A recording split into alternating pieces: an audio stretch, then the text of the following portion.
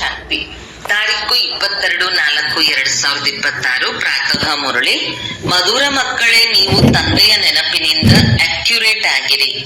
ಆಗ ನಿಮ್ಮ ಮುಖಪುಟವು ಸದಾ ಖುಷಿಯಿಂದ ಮಿಂಚುತ್ತಿರುತ್ತದೆ. ಪ್ರಶ್ನೆ: ನೆನಪಿನಲ್ಲಿ ಕುಳಿತುಕೊಳ್ಳುವ ವಿಧಾನ ಯಾವುದು ಹಾಗೂ ಅದರಿಂದ ಆಗುವ ಲಾಭವೇನು? ಉತ್ತರ: ನೆನಪಿನಲ್ಲಿ ಕುಳಿತುಕೊಂಡಾಗ ಬುದ್ಧಿಯಿಂದ ಎಲ್ಲ ಉದ್ಯೋಗ ವ್ಯವಹಾರಗಳನ್ನು, ಪಂಚಾಯಿತಿಯನ್ನು ಮರೆತು ತನ್ನನ್ನು ದೇಹಿ ಎಂದು ತಿಳಿದು, ದೇಹ ಮತ್ತು ದೇಹದ ಸಂಬಂಧಗಳದು ದೊಡ್ಡ ಜಾಲವಿದೆ, ಆ ಜಾಲವನ್ನು ಪಾರು ಮಾಡಿ ದೇಹಾಭಿಮಾನದಿಂದ ದೂರ ಹೋಗಿ, ಅಂದರೆ ನಾನು ಸತ್ತರೆ ನನ್ನ ಪಾಲಿಗೆ ಜಗತ್ತೇ ಸತ್ತಂತೆ, ಬದುಕಿದ್ದಂತೆಯೇ ಎಲ್ಲವನ್ನು ಮರೆತು ಒಬ್ಬ ತಂದೆಯ ನೆನಪಿನಲ್ಲಿರಿ. ಇದು ಅಶರೀರಿ ಸ್ಥಿತಿಯಾಗಿದೆ. ಇದರಿಂದ ಆತ್ಮದ ತುಕ್ಕು ಕಳೆಯುತ್ತಾ ಹೋಗುವುದು. ಗೀತೆ: ರಾತ್ರಿಯ ಪ್ರಯಾಣಿಕನೇ, ಸುಸ್ತಾಗಬೇಡ. ಓಂ ಶಾಂತಿ. ಮಕ್ಕಳು ನೆನಪಿನ ಯಾತ್ರೆಯಲ್ಲಿ ಕುಳಿತಿದ್ದೀರಿ. ಇದಕ್ಕೆ ಧ್ಯಾನದಲ್ಲಿ ಅಥವಾ ಶಾಂತಿಯಲ್ಲಿ ಕುಳಿತುಕೊಳ್ಳುವುದು ಎಂದು ಹೇಳುತ್ತಾರೆ. ಕೇವಲ ಶಾಂತಿಯಲ್ಲಿ ಕುಳಿತುಕೊಳ್ಳುವುದಲ್ಲ, ಅನುಭವ ಮಾಡುತ್ತಿದ್ದೀರಿ. ಸ್ವಧರ್ಮದಲ್ಲಿ ಸ್ಥಿತನಾಗಿದ್ದೀರಿ, ಆದರೆ ಯಾತ್ರೆಯಲ್ಲಿಯೇ ಇದ್ದೀರಿ. ಈ ಯಾತ್ರೆಯನ್ನು ಕಲಿಸುವಂತಹ ತಂದೆಯು ಜೊತೆಯಲ್ಲಿಯೂ ಕರೆದುಕೊಂಡು ಹೋಗುತ್ತಾರೆ. ಆ ಬ್ರಾಹ್ಮಣರು ದೈಹಿಕ ಯಾತ್ರೆಗೆ ಕರೆದುಕೊಂಡು ಹೋಗುವ ಮಾರ್ಗದರ್ಶಕರಾಗಿದ್ದಾರೆ. ನೀವು ಆತ್ಮಿಕ ಬ್ರಾಹ್ಮಣರಾಗಿದ್ದೀರಿ. ಬ್ರಾಹ್ಮಣ ವರ್ಣ ಅಥವಾ ಕುಲವೆಂದು ಹೇಳುತ್ತಾರೆ. ಈಗ ಮಕ್ಕಳು ನೆನಪಿನ ಯಾತ್ರೆಯಲ್ಲಿ ಕುಳಿತಿದ್ದೀರಿ. ಅನ್ಯ ಸತ್ಸಂಗಗಳಲ್ಲಿ ಅವರು ಕುಳಿತುಕೊಂಡರೂ ಸಹ ಗುರುವಿನ ನೆನಪು ಬರುವುದು. ಗುರುಗಳು ಬಂದು ಪ್ರವಚನವನ್ನು ತಿಳಿಸಲಿ ಎಂದು ಬುದ್ಧಿಯಲ್ಲಿರುತ್ತದೆ. ಅದೆಲ್ಲವೂ ಭಕ್ತಿ ಮಾರ್ಗವಾಗಿದೆ. ಇದು ನೆನಪಿನ ಯಾತ್ರೆಯಾಗಿದೆ. ಇದರಿಂದ ವಿಕರ್ಮಗಳು ವಿನಾಶವಾಗುತ್ತದೆ. ನೀವು ತುಕ್ಕನ್ನು ಇಳಿಸಿಕೊಳ್ಳಲು ನೆನಪಿನಲ್ಲಿ ಕುಳಿತುಕೊಳ್ಳುತ್ತೀರಿ. ತಂದೆಯ ಆದೇಶವಾಗಿದೆ ನೆನಪಿನಿಂದಲೇ ತುಕ್ಕು ಇಳಿಯುವುದು. ಏಕೆಂದರೆ ನಾನೇ ಪತೀತ ಪಾವನನಾಗಿದ್ದೇನೆ. ನಾನು ಯಾರದೇ ನೆನಪಿನಿಂದ ಬರುವುದಿಲ್ಲ. ನಾನು ಬರುವ ಸಮಯವೂ ಸಹ ನಾಟಕದಲ್ಲಿ ನಿಗದಿಯಾಗಿದೆ. ಯಾವಾಗ ಪತೀತ ಪ್ರಪಂಚವು ಪರಿವರ್ತನೆಯಾಗಿ ಪಾವನ ಪ್ರಪಂಚ ಆಗಬೇಕು, ಆದಿಸನಾತನ ದೇವಿ ದೇವತಾ ಧರ್ಮವು ಯಾವುದು ಪ್ರಾಯಲೋಪವಾಗಿದೆಯೋ ಅದನ್ನು ಪುನಃ ಬ್ರಹ್ಮಾರವರ ಮೂಲಕ ಸ್ಥಾಪನೆ ಮಾಡುತ್ತೇನೆ. ಈ ಬ್ರಹ್ಮಾರವರಿಗಾಗಿಯೇ ತಿಳಿಸಲಾಗಿದೆ, ಬ್ರಹ್ಮ ಸೋ ವಿಷ್ಣು, ವಿಷ್ಣು ಸೋ ಬ್ರಹ್ಮ ಸೆಕೆಂಡಿನಲ್ಲಿ ಆಗುತ್ತಾರೆ. ಮತ್ತೆ ವಿಷ್ಣುವಿನಿಂದ ಬ್ರಹ್ಮನಾಗುವುದರಲ್ಲಿ 5000 ವರ್ಷಗಳು ಹಿಡಿಸುತ್ತದೆ. ಇವು ಸಹ ಬುದ್ಧಿಯಿಂದ ತಿಳಿದುಕೊಳ್ಳುವ ಮಾತುಗಳಾಗಿದೆ. ನೀವು ಶೂದ್ರರಾಗಿದ್ದವರೇ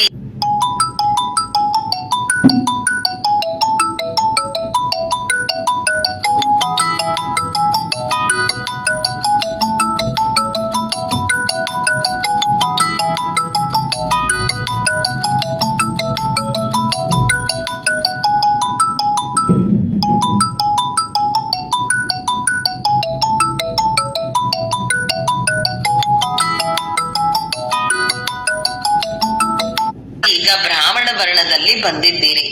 ನೀವು ಬ್ರಾಹ್ಮಣರಾಗುತ್ತೀರಿ. ಆಗ ನಿಮ್ಮಲ್ಲಿರುವ ತುಕ್ಕು ತೆಗೆಯಲು ಶಿವ ತಂದೆಯು ಬ್ರಹ್ಮಾರವರ ಮೂಲಕ ಈ ನೆನಪಿನ ಯಾತ್ರೆಯನ್ನು ಕಳಿಸಿಕೊಡುತ್ತಾರೆ. ಈ ರಚನೆಯ ಚಕ್ರವು ಹೇಗೆ ಸುತ್ತುತ್ತದೆ ಎಂಬುದನ್ನಂತೂ ತಿಳಿದುಕೊಂಡಿರಿ. ಇದರಲ್ಲಿ ನಿಧಾನ ಆಗುವುದಿಲ್ಲ. ಈಗ ಇರುವುದು ಸಹ ಕಲಿಯುಗವೇ. ಈಗ ಕಲಿಯುಗದ ಆದಿ ಎಂದು ಅವರು ಕೇವಲ ಹೇಳುತ್ತಾರೆ, ಆದರೆ ತಂದೆಯು ತಿಳಿಸುತ್ತಾರೆ ಇದು ಕಲಿಯುಗದ ಅಂತ್ಯವಾಗಿದೆ. ಘೋರ ಅಂಧಕಾರವಿದೆ. ನಿಮಗೆ ಇವೆಲ್ಲ ವೇದಶಾಸ್ತ್ರಗಳ ಸಾರವನ್ನು ತಿಳಿಸುತ್ತೇನೆ. ನೀವು ಮಕ್ಕಳು ಮುಂಜಾನೆಯಲ್ಲಿ ಕುಳಿತುಕೊಳ್ಳುತ್ತೀರೆಂದರೆ ನೆನಪಿನಲ್ಲಿ ಕುಳಿತುಕೊಳ್ಳಿ. ಇಲ್ಲದಿದ್ದರೆ ಮಾಯೆಯ ಬಿರುಗಾಳಿ ಬರುತ್ತದೆ. ಉದ್ಯೋಗ ವ್ಯವಹಾರಗಳ ಕಡೆ ಬುದ್ಧಿಯೋಗವು ಹೋಗುತ್ತದೆ. ಇದೆಲ್ಲವೂ ಹೊರಗಿನ ಪ್ರಪಂಚ ಅಲ್ಲವೇ? ಹೇಗೆ ಜೇಡರ ಹುಳು ಎಷ್ಟೊಂದು ಜಾಲವನ್ನು ಕಟ್ಟುತ್ತದೆ, ಎಲ್ಲವನ್ನೂ ಆವರಿಸಿಕೊಳ್ಳುತ್ತದೆ. ದೇಹದ ಪ್ರಪಂಚವು ಎಷ್ಟೊಂದಿದೆ. ಚಿಕ್ಕಪ್ಪ, ದೊಡ್ಡಪ್ಪ, ಗುರು, ಗೋಸ, ಎಷ್ಟು ದೊಡ್ಡ ಜಾಲವು ಕಂಡು ಬರುತ್ತದೆ. ದೇಹ ಸಹಿತವಾಗಿ ಇದೆಲ್ಲವನ್ನು ದೂರ ಸರಿಸಬೇಕು.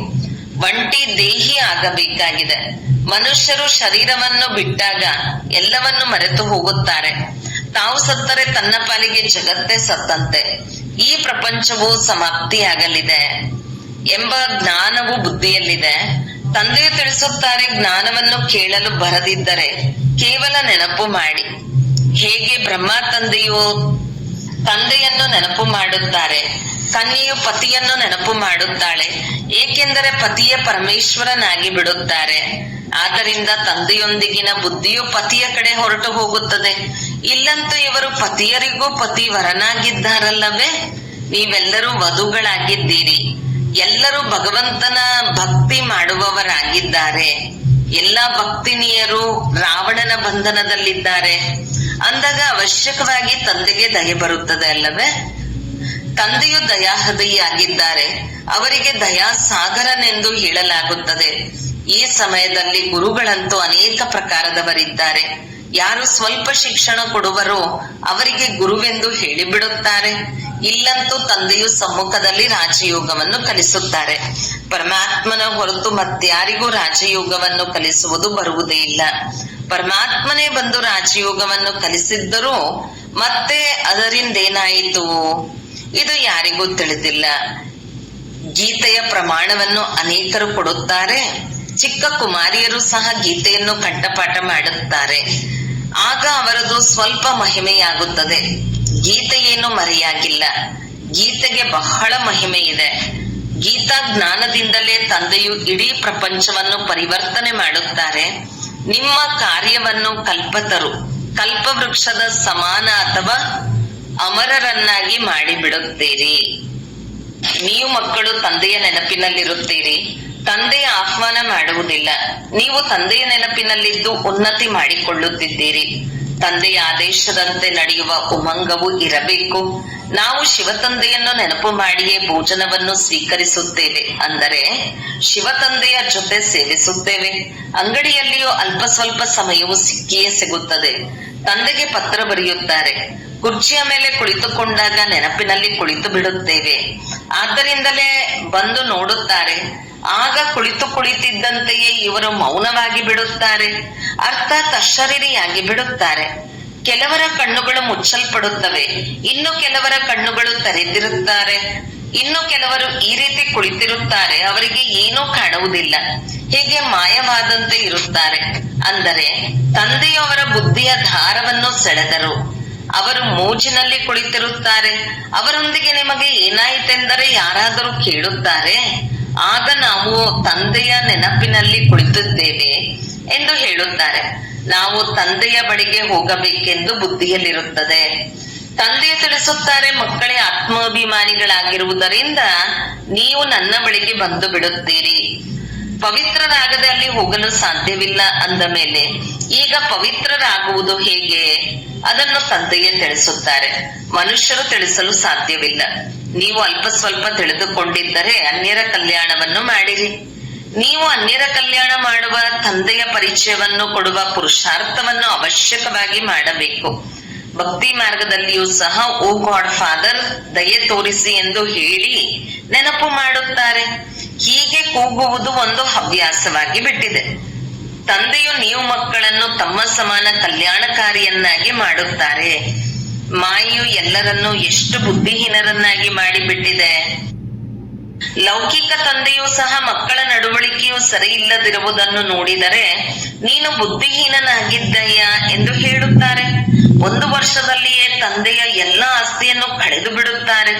ಅದೇ ರೀತಿ ಬೇಹದ್ದಿನ ತಂದೆಯೂ ಸಹ ಹೇಳುತ್ತಾರೆ, ನಿಮ್ಮನ್ನು ಎಷ್ಟು ಶ್ರೇಷ್ಠರನ್ನಾಗಿ ಮಾಡಿದ್ದೆ, ಈಗ ನಿಮ್ಮ ಚಲನೆಯಲ್ಲಾದರೂ ನೋಡಿಕೊಳ್ಳಿ. ನೀವು ಮಕ್ಕಳು ತಿಳಿದುಕೊಂಡಿದ್ದೀರಿ, ಇದು ಎಷ್ಟು ಅದ್ಭುತವಾದ ಆಟವಾಗಿದೆ.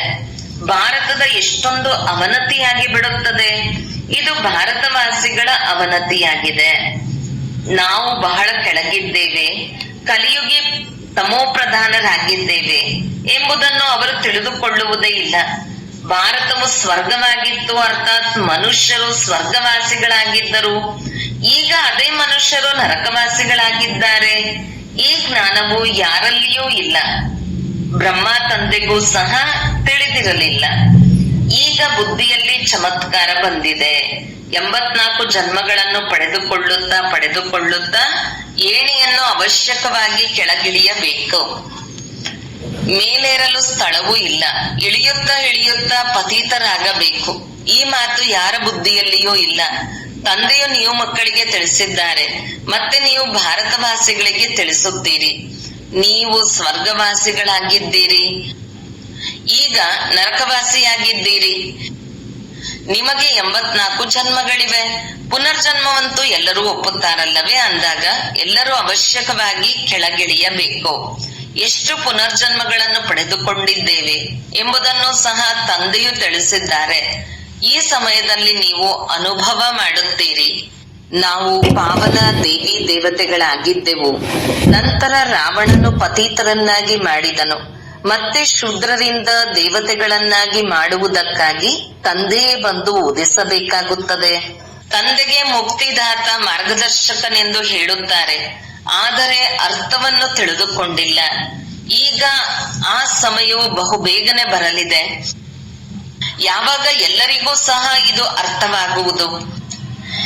ಹೇಗಿದ್ದವರು ಏನಾಗಿ ಬಿಟ್ಟಿದ್ದಾರೆ, ನಾಟಕವು ಹೇಗೆ ಮಾಡಲ್ಪಟ್ಟಿದೆ. ನಾವು ಲಕ್ಷ್ಮೀನಾರಾಯಣರಂತೆ ಆಗಬಹುದೆಂದು ಯಾರಿಗೂ ಸ್ವಪ್ನದಲ್ಲಿಯೂ ಇರಲಿಲ್ಲ.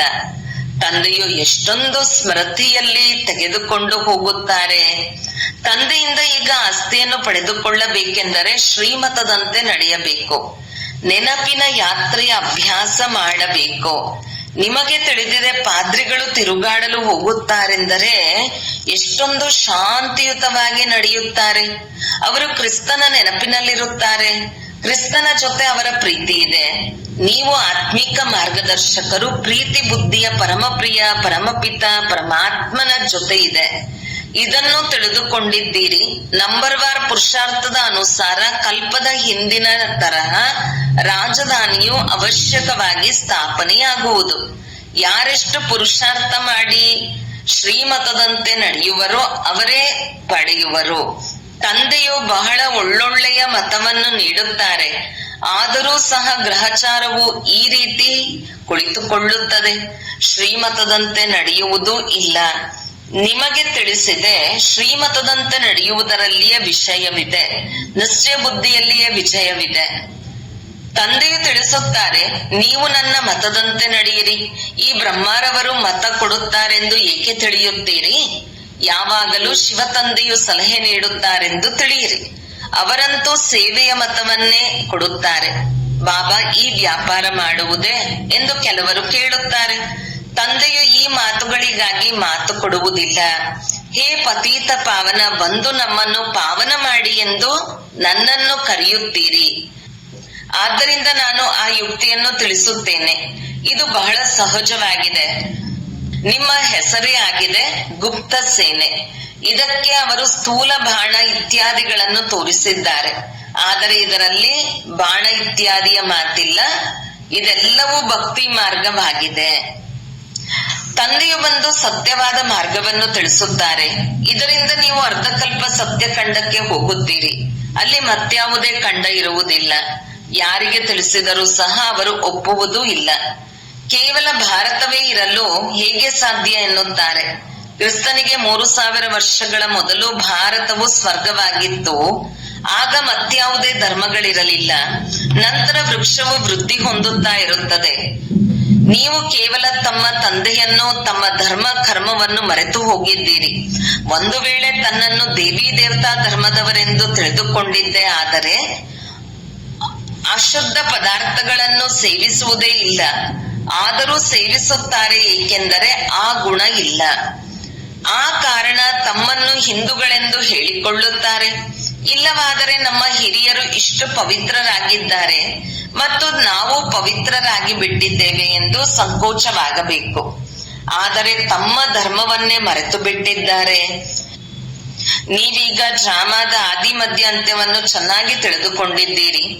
ಯಾವುದೇ ಮಾತಿದ್ದರೆ ನೀವು ಇದನ್ನು ಹೇಳಬಹುದು. ಈ ಮಾತನ್ನು ತಂದೆಯು ನಮಗೆ ಇನ್ನೂ ತಿಳಿಸಿಲ್ಲ. ಇಲ್ಲದಿದ್ದರೆ ವ್ಯರ್ಥ ಮಾತುಗಳಲ್ಲಿ ತಬ್ಬಿಬಾಗುತ್ತಾರೆ. ಆದ್ದರಿಂದ ತಿಳಿಸಿ, ನಾವಿನ್ನೂ ಓದುತ್ತಿದ್ದೇವೆ. ಎಲ್ಲವನ್ನು ಈಗಲೇ ತಿಳಿದುಕೊಂಡರೆ ಮತ್ತೆ ವಿನಾಶವಾಗಿ ಬಿಡುವುದು. ಆದರೆ ಇಲ್ಲ, ಇನ್ನೂ ಸಮಯವಿದೆ. ನಾವು ಓದುತ್ತಿದ್ದೇವೆ. ಅಂತಿಮದಲ್ಲಿ ಸಂಪೂರ್ಣ ಪವಿತ್ರರಾಗಿ ಬಿಡುತ್ತೇವೆ. ನಂಬರ್ವಾರ್ ಪುರುಷಾರ್ಥದ ಅನುಸಾರ ತುಕ್ಕು ಕಳೆಯುತ್ತಾ ಹೋಗುವುದು. ಸತೋಪ್ರಧಾನರಾಗಿ ಬಿಡುತ್ತೀರಿ. ಮತ್ತೆ ಈ ಪತೀತ ಪ್ರಪಂಚದ ವಿನಾಶವಾಗುವುದು. ಪರಮಾತ್ಮನು ಎಲ್ಲಿಯೋ ಅವಶ್ಯಕವಾಗಿ ಬಂದಿದ್ದಾರೆ ಮತ್ತು ಗುಪ್ತವಾಗಿದ್ದಾರೆ ಎಂಬ ಮಾತನ್ನು ಇತ್ತೀಚೆಗೆ ಕೆಲವರು ಹೇಳುತ್ತಾರೆ. ಸಮಯವಂತೂ ಖಂಡಿತವಾಗಿ ವಿನಾಶದ ಸಮಯ ಆಗಿದೆ ಅಲ್ಲವೇ? ತಂದೆಯು ಮುಕ್ತಿದಾತ ಮಾರ್ಗದರ್ಶಕನಾಗಿದ್ದಾರೆ. ಇವರು ಹಿಂತಿರುಗಿ ಕರೆದುಕೊಂಡು ಹೋಗುತ್ತಾರೆ. ಆಗ ಎಲ್ಲರೂ ಸೊಳ್ಳೆಗಳೋಪಾದಿಯಲ್ಲಿ ಶರೀರವನ್ನು ಬಿಡುತ್ತಾರೆ. ಇದನ್ನು ತಿಳಿದುಕೊಂಡಿದ್ದಾರೆ. ಎಲ್ಲರೂ ಏಕರಸವಾಗಿ ನೆನಪಿನಲ್ಲಿ ಕುಳಿತುಕೊಳ್ಳುವುದಿಲ್ಲ. ಕೆಲವರ ಯೋಗವು ಅಕ್ಯುರೇಟ್ ಆಗಿ ಇರುತ್ತದೆ, ಕೆಲವರದು ಅರ್ಧ ಗಂಟೆ, ಕೆಲವರದು 15 ನಿಮಿಷ, ಇನ್ನು ಕೆಲವರಂತೂ 1 ನಿಮಿಷವೂ ನೆನಪಿನಲ್ಲಿರುವುದಿಲ್ಲ. ನಾವು ಇಡೀ ಸಮಯ ತಂದೆಯ ನೆನಪಿನಲ್ಲಿರುತ್ತೇವೆ ಎಂದು ಕೆಲವರು ಹೇಳುತ್ತಾರೆ. ಅಂದ ಮೇಲೆ ಅವರ ಮುಖಪುಟ ಸದಾ ಖುಷಿಯಿಂದ ಹೊಡೆಯುತ್ತಿರುವುದು. ಇಂತಹ ಮಕ್ಕಳಿಗೆ ಅತೀಂದ್ರಿಯ ಸುಖವಿರುತ್ತದೆ. ಬುದ್ಧಿ ಎಲ್ಲಿಯೂ ಅಲೆದಾಡುವುದಿಲ್ಲ. ಅವರು ಸುಖದ ಅನುಭವ ಮಾಡುತ್ತಾರೆ. ಬುದ್ಧಿಯೂ ಸಹ ಹೇಳುತ್ತದೆ, ಒಬ್ಬ ಪ್ರಿಯತಮನ ನೆನಪಿನಲ್ಲಿ ಕುಳಿತಿದ್ದರೆ ಎಷ್ಟೊಂದು ತುಕ್ಕು ಕಳೆಯಬಹುದು, ಮತ್ತು ಅದೇ ಹವ್ಯಾಸವಾಗಿ ಬಿಡುವುದು. ನೆನಪಿನ ಯಾತ್ರೆಯಿಂದ ನೀವು ಸದಾ ಆರೋಗ್ಯವಂತರು, ಐಶ್ವರ್ಯವಂತರಾಗುತ್ತೀರಿ. ಚಕ್ರದ ನೆನಪು